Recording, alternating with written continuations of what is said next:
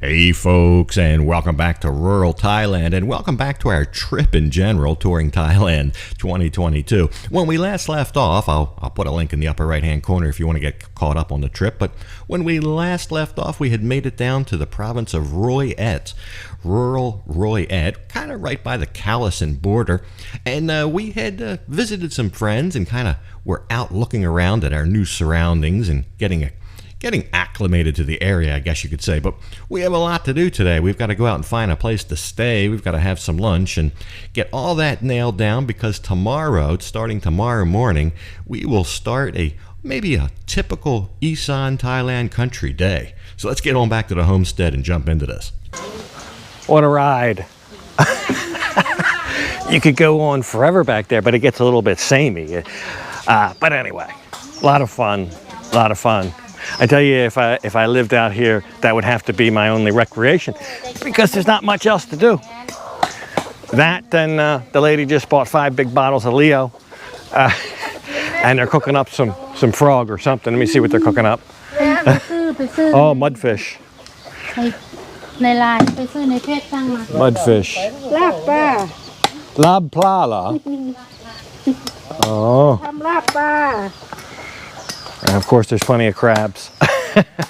The vegetable table, the Leo table, and the sound. They got a great sound system out here. Look at this. Wow. That's like a professional, I don't know, professional nightclub speakers or something. So yeah, we'll hang out here, and then later we'll go look for the bungalows, see what that's all going to be about. Find some accommodations out here and just kind of enjoy ourselves, kick back a little bit. And maybe I'll go for another ride this evening, but without the camera.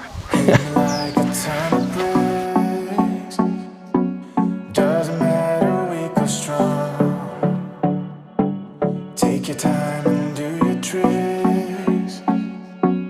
All I do is sing along. Yeah, I need you around for brighter light and firmer ground. When you believe in me, love is gonna set me free.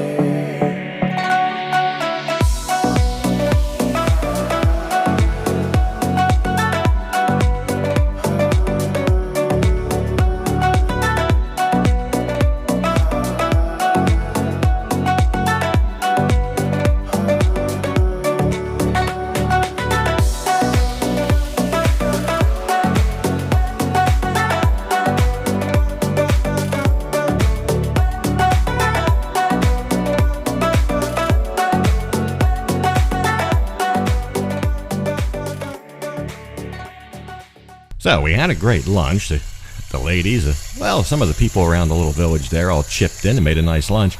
And after that, we started, one of the ladies, she had a place that maybe we can stay overnight. So she called it a bungalow. We're going to go by there and take a quick look at that. But on the way, we found this. It's almost like just a little country sawmill. They're turning trees into lumber, which is, I guess, is the function of a sawmill. And I don't know, I just thought they have electric power tools, but I think in terms of sawmill production and lumber production, especially now today, and commercial entities, this is rather primitive. But that's what they're doing. You can see they're just turning big timbers into small usable pieces of lumber, and I don't know what kind of wood or tree that is, but they're local. They're cut down right here in this lot. So I guess that's what they do. The sawmill just goes to wherever the trees are. But anyway, let's get on down the road. This lady's going to let us stay at her bungalow tonight. So we've got to go put eyes on that and see if it's something appealing at all.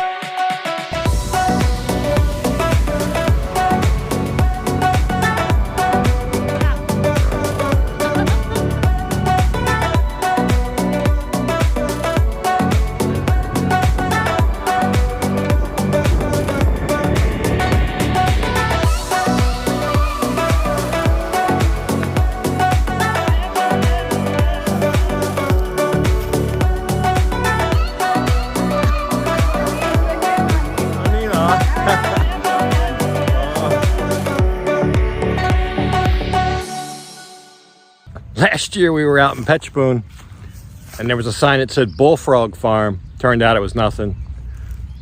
This is a real bullfrog farm. It's got a whole pen of them. It's like in a little pond, but it's like a pen of frogs. So she raises those amongst other things out here. And I think this is the bungalow we're supposed to sleep in.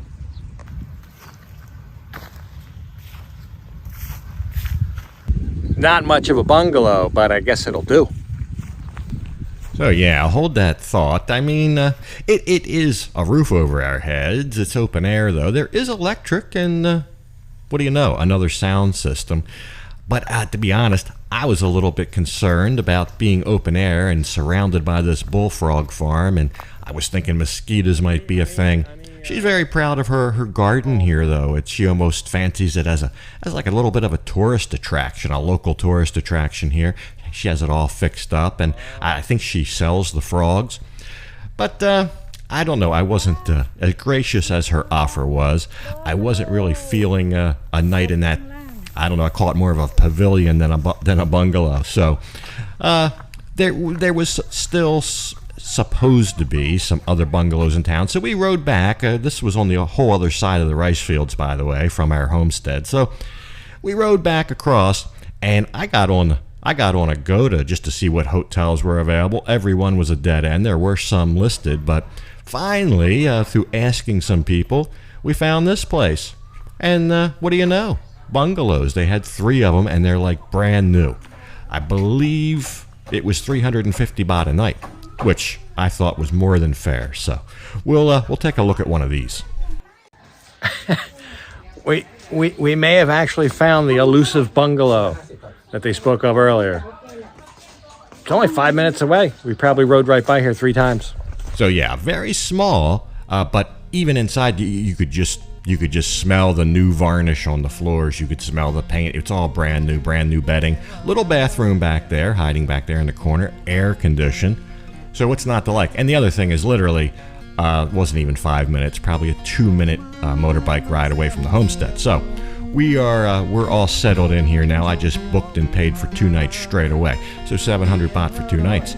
And once we got all settled in, we went back to the homestead, had a little evening here. The owner here of the homestead, he makes his money by performing live music in various like Thai entertainment venues, and he plays the guitar, he sings. So that's why I guess he has that fancy sound equipment. It's not as random as what I thought it was, but he put on a little performance for us out here in the country as we watched the sunset, and just had a little bit of an evening meal and got ready for what would be a busy day. Yeah, a visitor invited himself or herself, not sure, to the party.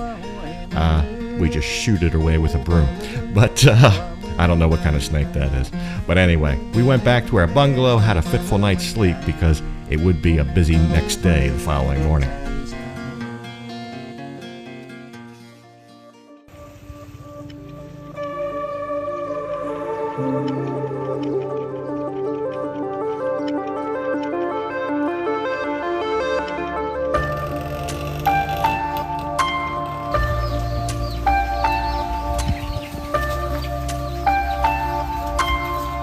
Well, we got 2 eggs.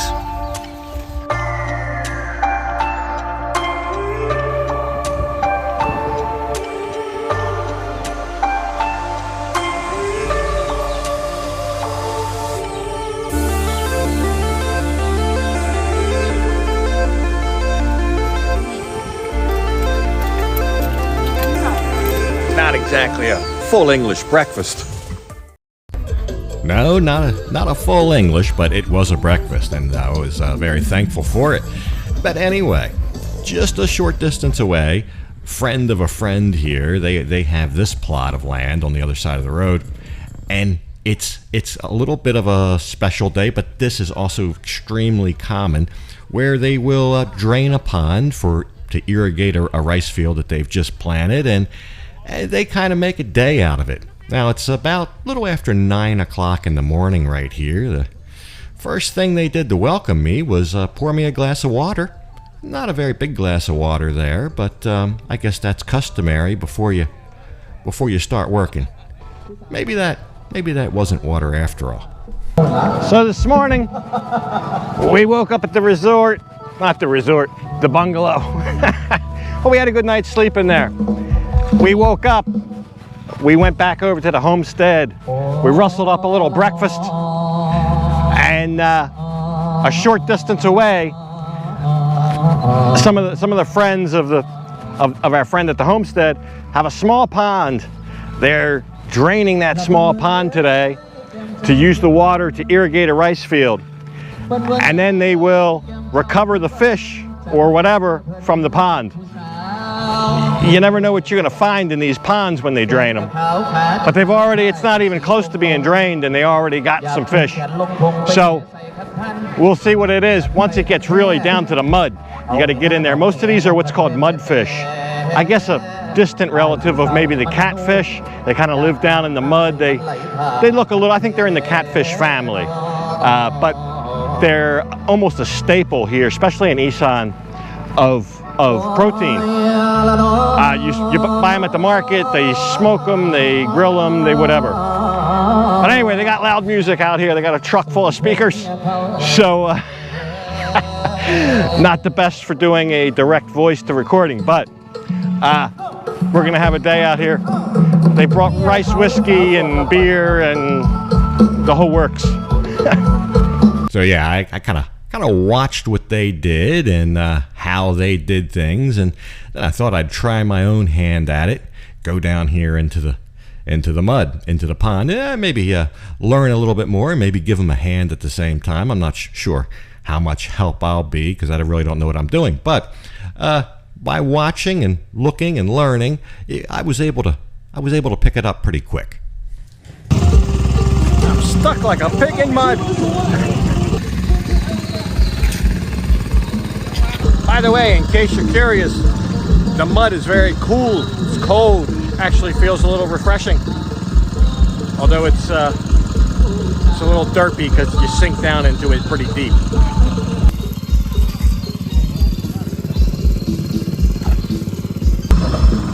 He's working the drain.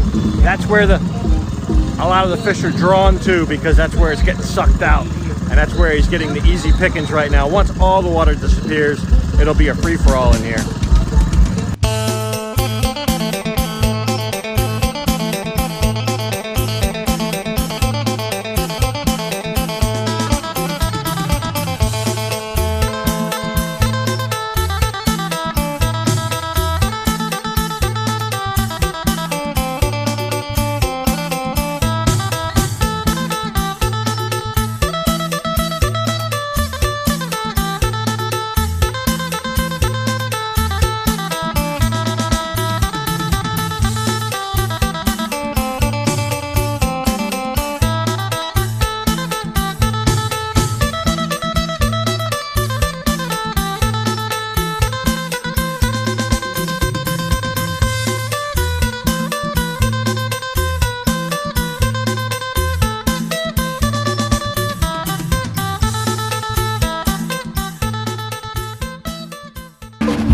So I went down in the muck, gave it the old college try.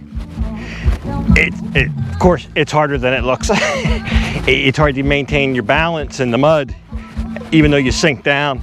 And every once in a while, even your feet are, I don't know, 6-8 inches in the mud. You'll feel a little one of these mudfish wiggling around down by your feet. They're very hard to catch. I don't have gloves like some of the other guys. I didn't want to wear my good motorcycle gloves. I use like a plastic sieve type thing. And I was able to catch quite a few of the little fish and put it in the bucket to help them out. But yeah, it's mainly the mudfish. A lot of like little fish that look like gouramis, tropical little fish. It's probably not a gourami, but they look like that. And a couple big snakehead fish. Not big, maybe about a foot long. So, but they were very big compared to the rest of the fish in there. So they got a couple of those. So they'll eat high on the hog tonight on all those fish. These fish, they just come out of the mud. So they'll fill this pond back up at some point, and I don't know, wait 6 months or a year, and they'll drain it and it'll be the same amount of fish in there again. They come out of the mud, they live in the mud, these fish. I don't know how they propagate so fast, but they do. It's not like they stock it or anything like that. No, it's kind of like a natural occurrence where these fish are in the muck, no matter what they do. Now, even though they drain it, and they'll get, I don't know, buckets of fish out of there today, there's still a ton more that escaped and went deeper in the mud. They can't get them all. And maybe that's how that's what helps propagate them. They don't take all of them. Some of them go down into the mud, hide, and then when they fill it back up with water, they come out and populate the pond again. I don't know. But anyway, the party's just starting out here. But I think I did my share.